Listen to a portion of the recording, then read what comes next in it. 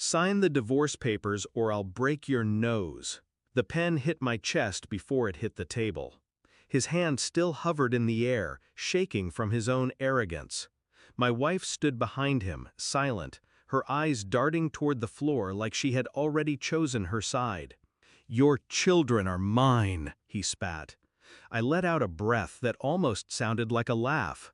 Not joy, not humor, just disbelief sharpened into something lethal. "Street fighting is so messy," I said softly. 20 years as a Black Ops operative taught me how to make a man vanish without a trace. The words landed. His bravado slipped.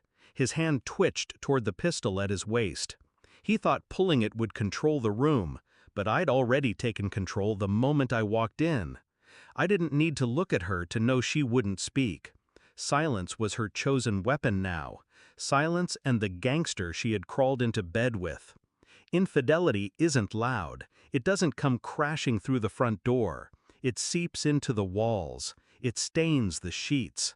It's the pause in her voice when she lies about where she's been. It's the way she avoids my eyes when she hands me my own coffee.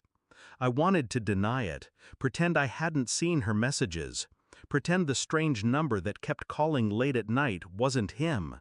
But denial is weakness, and weakness in my world gets you killed.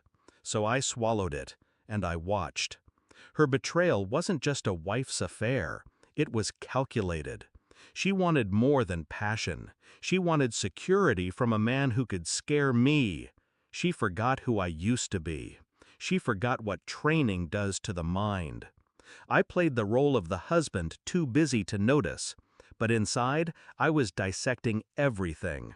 Phone records, hotel receipts, her credit card charges that didn't match her stories.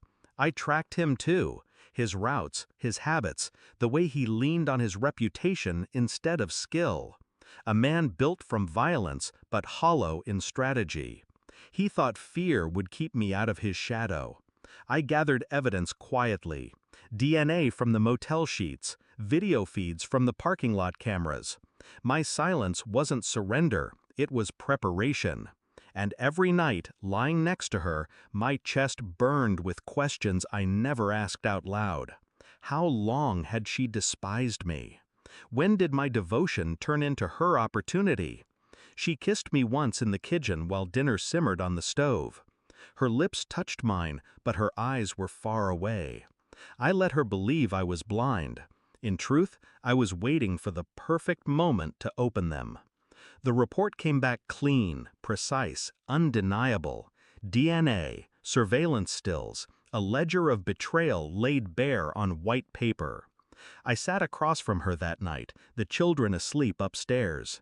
I slid the folder across the table. No words. Her hands trembled as she flipped the pages. Pictures, hotel timestamps, his arm wrapped around her waist. Her lips parted, searching for a lie strong enough to survive. None came. Tears welled, but I felt nothing. Not pity, not rage, just the cold confirmation of what I had already known. "Why?" I asked finally. She broke then, stammering, sobbing, reaching across the table like touch could erase truth. I didn't move. My silence was louder than any scream. The next time he cornered me, gun heavy on his hip, I was ready. He pushed the papers again, trying to look fierce. My wife lingered in the background, wringing her hands. I placed the folder between us. Slowly, calmly. "Read," I told him. He scanned the pages, confusion hardening into panic. Every photo, every timestamp, his face, his fingerprints, his stain across the life he thought he'd stolen. I leaned back. "You didn't just crawl into my bed," I said coldly. "You walked into a federal crime, conspiracy, racketeering, and I've already delivered copies to people who don't forget." His face drained of blood. My wife gasped, realizing too late she had chosen the wrong enemy.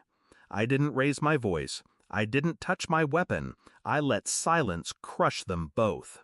I left them there, him staring at the evidence that would dismantle him, Her staring at the man she thought could save her. The children were mine. Not by law, by truth. They would never know her version of love ever again. I walked out without looking back. People think betrayal burns hot. It doesn't.